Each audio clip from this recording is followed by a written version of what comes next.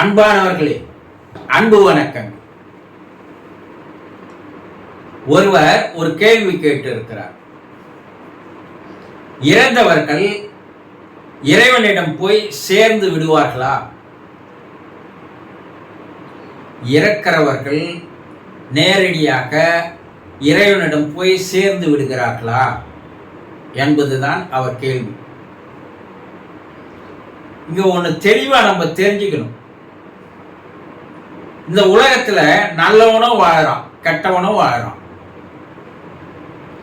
தர்மத்தை பின்பற்றி அறநெறியோடு வாழ்கிறவர்களும் இருக்கிறார்கள் இல்லையா?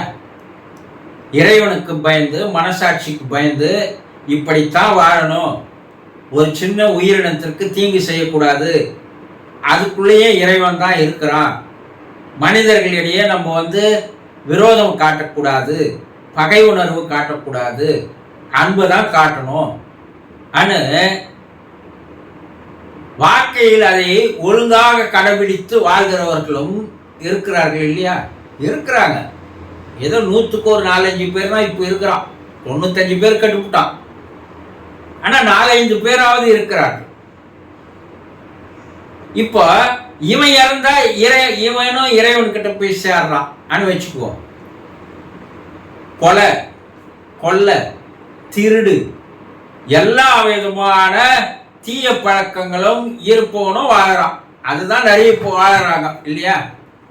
யாரை ஏமாத்தலாம், யாருக்கிட்ட லஞ்சம் வாங்கலாம், யாரை போய் கெடுக்கலாம், யார் குடியை கெடுக்கலாம், யாரை போய் கற்பழிக்கலாம், யாரை கொலை செய்யலாம், இதே மனோபாவத்தோடு வாழ்கிற மனிதர்கள் நிறைய பேர் இருக்கிறாங்க இல்லையா? உங்களை சுத்தி இருக்கிறவங்களே பாருங்க, வேற யாரும் பார்க்க வேணாம். நீங்க உங்களை சுத்தி இருக்கிறவங்க ஒவ்வொருத்தனையும் ரீட் பண்ணி பாருங்க.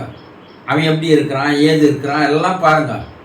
உங்களை சுத்தி நல்லவனை பார்க்கறது ரொம்ப ரொம்ப அபூர்வம் இன்னைக்கு.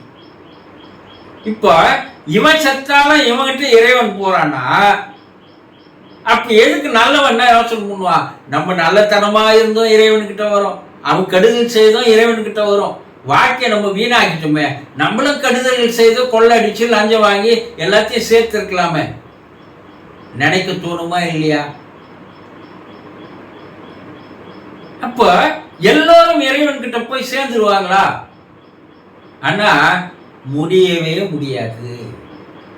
நீங்க ஒன்னா பத்திரிக்கை அவன் இறந்து பிற்பாடு பத்திரிகையில பேர் போட்டுக்கலாம். இறைவன் அடி சேர்ந்தார், இறைவன் உள்ள ஐக்கியமானார், சிவலோகம் சென்றார், சிவ பதவி அடைந்தார், இப்படி ஒன்னா பேருக்கு பத்திரிகையில போட்டுக்கலாம். போஸ்டர் அடிச்சு ஓட்டலாம். அவர் பேர் போட்டு இந்த நாள்ல இத்தனை மணி நேரத்துல அவர் இறைவன் அடி சேர்ந்தார் போட்டுக்கலாம். ஆனா இறந்தவருடைய ஆன்மா இருக்குது இல்ல, அது இறைவன் கிட்ட இருந்து வந்ததுதான். அந்த ஆன்மாவை நம்ம என்ன சொல்றோம்? ஜீவாத்மா என்று சொல்கிறோம். இறைவன் என்ன சொல்றோம்? பரமாத்மா என்று சொல்கிறோம். அந்த பரமாத்மாவிலிருந்து ஒரு சிறு துளியாக வந்தவர்கள் நாம். நமக்கு சிறு ஆன்மா, ஜீவாத்மான்னு பேரு. அந்த பரமாத்மாவிலிருந்து வந்த அந்த ஜீவாத்மாவுக்கு பரமாத்மாவுடைய குணங்கள் எல்லாமே இருக்கணும் இல்லையா? அப்ப ஏன் இல்லை? மனிதர்கள் எல்லோரும் இறைவன் தானே, சிறு இறைவன் தானே. ஆனா அவனுடைய கர்மா அங்கே அவனை தான் இறைவன் என்பதை அறிய விடாமல் தடுக்கிறது. இங்கதான் கர்மா வருது. கர்மா, சமஸ்காரம், வாசனைகள், பதிவுகள். ஆனா பல பேர் சொல்றாங்க பாவ புண்ணியங்கள். இந்த கணக்கு இருக்குது இல்லையா? இந்த கணக்கு டோட்டல் அக்கௌண்ட் இருக்கிற வரைக்கும் யாராலும் இறைவனிடம் போய் சேர முடியாது. அது நல்லவங்களா இருந்தாலும் கெட்டவங்களா இருந்தாலும் அவங்களுடைய கணக்கினுடைய பேலன்ஸ் ஷீட், அதை கணக்கு வைத்துதான் அடுத்த பிறப்பு அவர்களுக்கு தரப்படுகிறது. இந்த மறுபிறப்பு இல்லாத ஒரு நிலை எப்போது வருகிறதோ அப்பதான் அவங்க இறைவன் கிட்ட போய் சேருவாங்க. இந்த மறுபிறப்புக்கு காரணமாக அமைவது இவர்கள் போன பிறப்புல வாழ்ந்து சேர்த்து கொண்ட கர்மாவுடைய பேலன்ஸ் ஷீட்.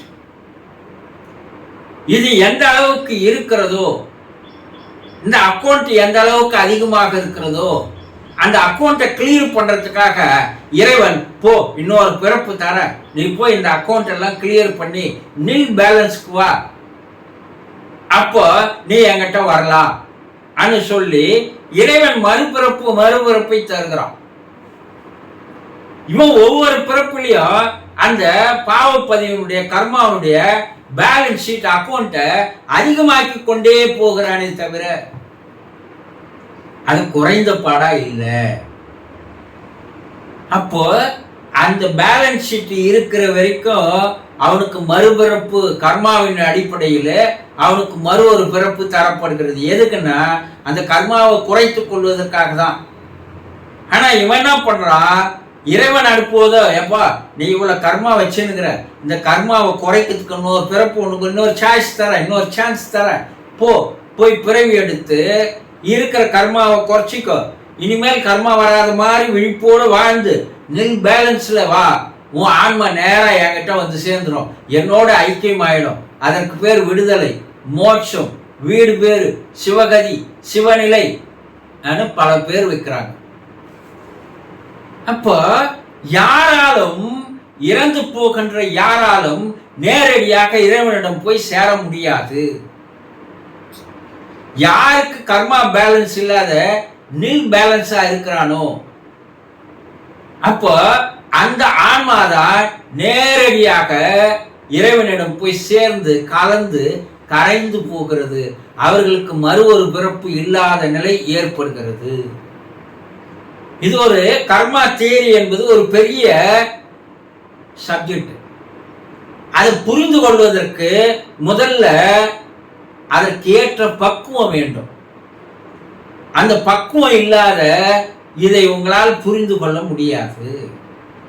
நீங்க கோயிலுக்கு போறது, சாமி கும்பிடுறது எல்லாம் ஆன்மீகம் என்பது உங்களுடைய கர்மாவை குறைப்பதற்குண்டான ஒரு வழிதானே தவிர கர்மாவை அதிகப்படுத்திக் கொள்வதற்கு அல்ல.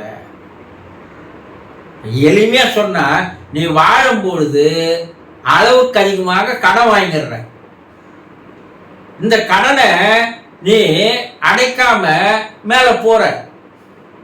இறைவன் என்ன சொல்றப்பா, நீ ஏற்கனவே நிறைய கடன் வாங்கிட்டு வந்துட்டு இருக்கிற, அந்த கடனை அடைக்கிறதுக்காக உனக்கு ஒரு பிறப்பு தர, நீ போய் கடனை அடைச்சிட்டு மறுபடியும் என்கிட்ட வந்து சேரு, கடன் இல்லாத ஒரு நிலையில என்கிட்ட வந்து சேருன்ற அதற்காக தான் ஒரு பிறப்பை தருகிறார்.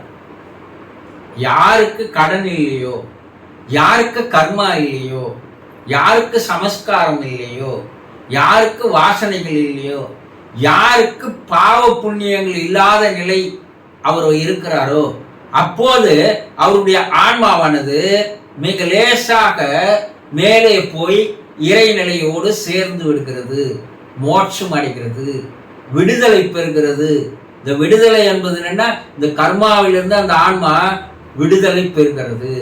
அப்போதுதான் அவர் இறைவனடி சேர்வாரே தவிர செத்து போறவன் யாரும் நேரா இறைவன் கிட்ட போய் சேர முடியாது என்பதை தெளிவாக தெரிந்து கொள்ளுங்கள். சந்தோஷம்.